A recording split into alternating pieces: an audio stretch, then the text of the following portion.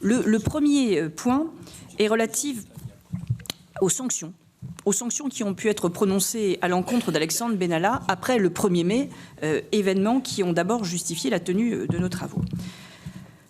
En réalité, plusieurs défaillances ont été mises à jour dans la réaction des autorités fonctionnelles et hiérarchiques de M. Benalla et également de Vincent Crase, qui participait aux événements du 1er mai, après ces événements.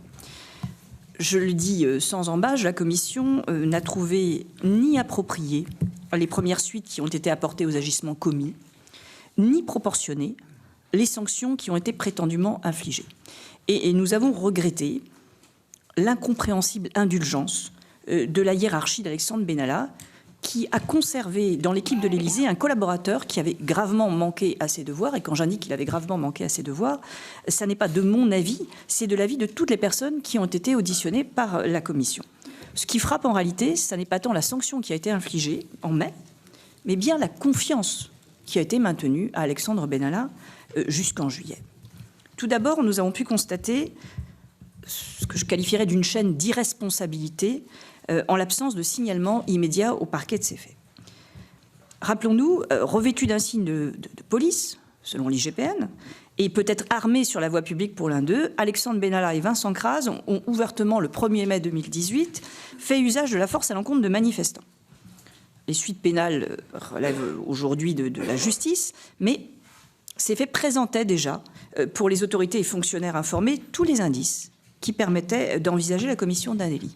Et il appartenait donc à ces fonctionnaires informés, en toute hypothèse, de soumettre la qualification de ces faits au parquet en application de l'article 40 du Code de procédure pénale.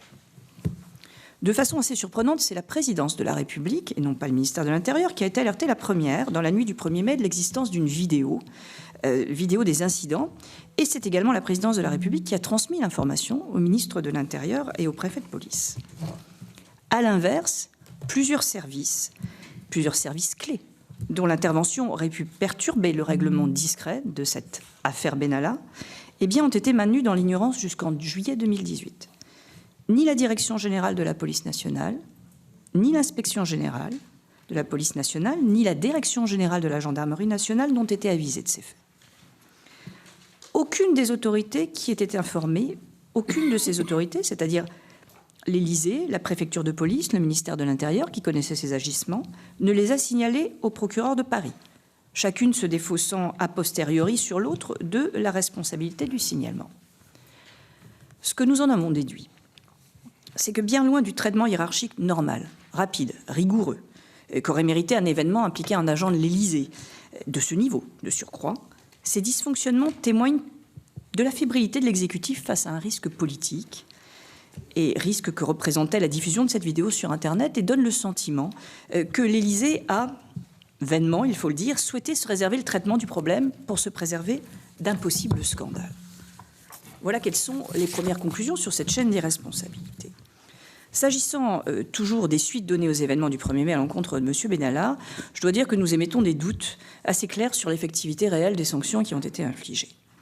Les informations qui ont été recueillies par la Commission sur la portée réelle des sanctions prononcées à l'encontre d'Alexandre Benalla, mais également de Vincent Crase, ont permis de démentir plusieurs explications qui avaient été données par le porte-parole du président de la République lors d'une conférence de presse donnée à l'Élysée le 19 juillet 2018, et qui avait fortement exagéré, me semble-t-il, la réalité de la sanction prononcée en mai. Concernant la mise à pied de 15 jours qui a été annoncée d'Alexandre Benalla par l'Élysée et de Vincent Crase par le Parti En Marche, les auditions de notre commission ont révélé qu'elles ne se sont en fait traduites par aucune conséquence financière immédiate pour les intéressés, et à ce jour, nous n'avons d'ailleurs pas la certitude que la conséquence financière ait été réelle. Concernant la rétrogradation dont Alexandre Benalla est censé avoir fait l'objet, sa hiérarchie avait mis en avant le retrait à titre de sanction des compétences en matière de déplacement officiel du président de la République. Toutefois, il a été confirmé à notre commission que cette décision était provisoire et compensée par l'attribution de nouvelles tâches. Et surtout, ce principe de rétrogradation a été assorti d'importantes exceptions. Participation à la panthéonisation de Simone Veil le 1er juillet, également aux cérémonies du 14 juillet, fait non négligeable pour les Français au retour de l'équipe de France de football le 16 juillet, et surtout maintien de l'accompagnement des déplacements privés du président de la République. Sanctions mais surtout confiance maintenue, ainsi que je le disais en préambule. Alexandre Benalla a conservé enfin des moyens qui étaient inchangés, ses passeports, ses véhicules, voire renforcés, puisqu'un logement de fonction lui a été attribué à la mi-juin, alors qu'il avait été sanctionné, et il continuait de participer à la réflexion sur la mise en place de la future direction de la sécurité du président de la République. La Commission estime donc que ces décisions témoignent d'une volonté moins de sanctionner que de ménager dans l'immédiat l'exposition médiatique d'Alexandre Benalla dans un contexte délicat. Voilà le premier point clé sur lequel nous souhaitions vous faire part de nos conclusions. Monsieur le Président Sueur. Merci, Monsieur le Président, Mesdames et Messieurs.